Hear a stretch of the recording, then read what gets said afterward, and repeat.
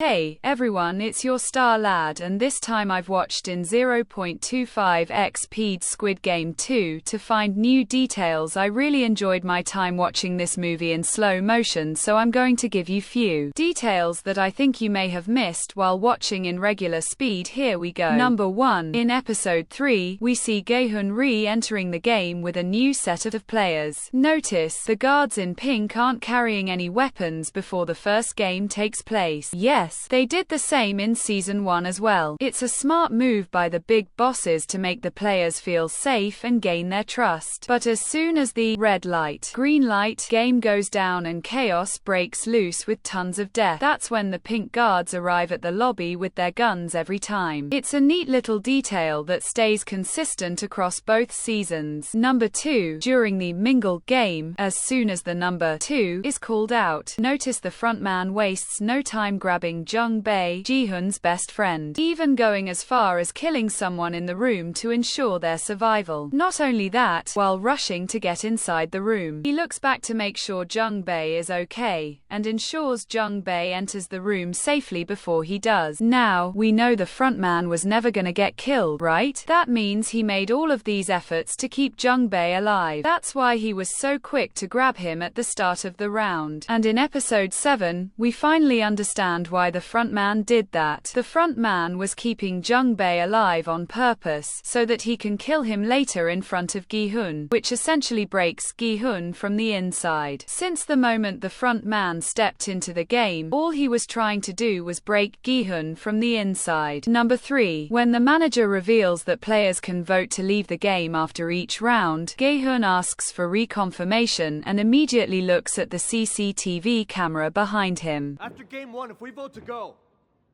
then the prize money gets divided among us? That is correct.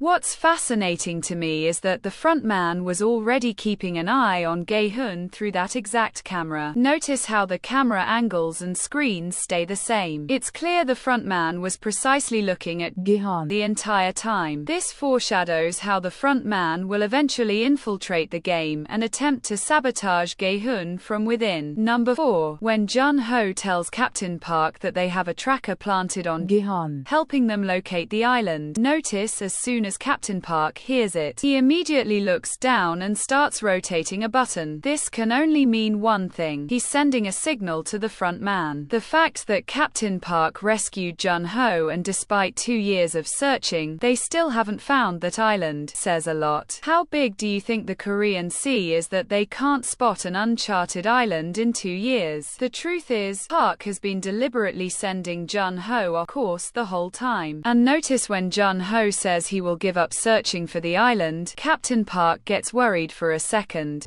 Yeah, you're right, it's time to quit. This is because if Jun-ho really does quit searching for the island, that would mean Captain Park can no longer keep an eye on Jun-ho, and Jun-ho might actually find the island that way. And that's why Park tries to push back Jun-ho into keeping the search going. Sure. Bet I'll see you here next week.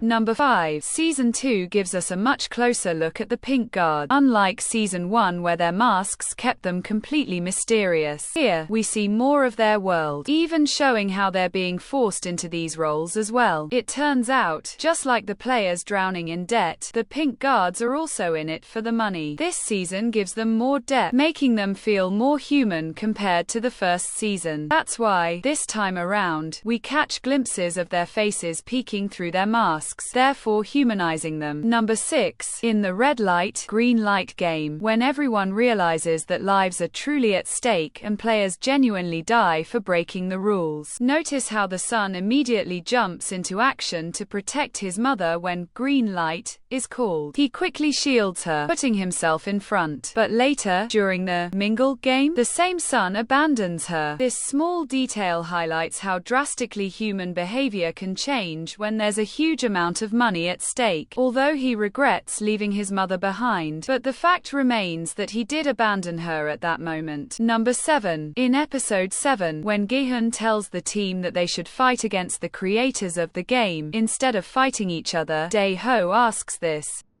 Sure, but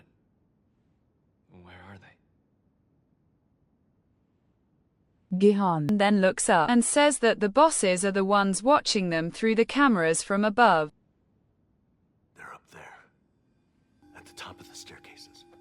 They keep everything here running from up in their central control room. But notice while everyone else looks up along with Gi-hun, Young Eel, aka the frontman, never looks up. Another great detail implying he doesn't need to look up because he himself is one of the main bosses from upstairs. Number 8. During the spinning top game, the frontman fails 3 consecutive times, and then on the 4th attempt he succeeds. Now notice during the first 3 attempts, he tried it with his right hand, but on the final attempt, he threw the spinning top with his left hand and succeeded. This detail is actually a clever callback to Season 1, where we learned that the frontman is left-handed. Number 9. During the 6-legged game, the frontman stays calm and collected, actually watching the players and seeming to enjoy their successes. It's almost as if he genuinely wants the players to do well. On the other hand, it's the VIPs who are the real villains, constantly pushing to raise the stakes and cause more casualties. It was them who forced the frontman to turn off the lights during the glass stepping stone game, when one of the players had figured out how to tell the glasses apart. Number 10. As each game goes, the players slowly become numb to the deaths around them. In the first round, they're terrified. By the second, they've calmed down. But by the third round, they're stepping over blood, leaving bloody footprints on the floor, all while joking and smiling. This slow shift in human nature is brilliantly captured in this season, and of course huge credits to director Hwang Dong-hyuk for pulling it off so effectively. Number 11. When player 246, the father with the sick daughter, is killed, notice that we never see his body fall to the ground. Also, the guard who shoots him initially aims at his heart, but when the shot is fired, the gun is pointed lower, indicating this is probably No Eul trying to protect player 246 by shooting him in a non-lethal area. And since we know that they harvest the organs of players who are still barely alive, so it's very likely that in Season 3, we will probably see No Eul infiltrating this room and rescuing player 246. Number 12. In Episode 6, when one of the trapdoors explodes, notice Captain Park doesn't flinch at all, while the other two standing next to him are visibly startled by the loud noise. Another hidden clue that Captain Park is evil and knew what's coming. Click the subscribe button, give me a thumbs up and turn your notifications on so you never miss any videos from my channel. I'll see you lads in the next one.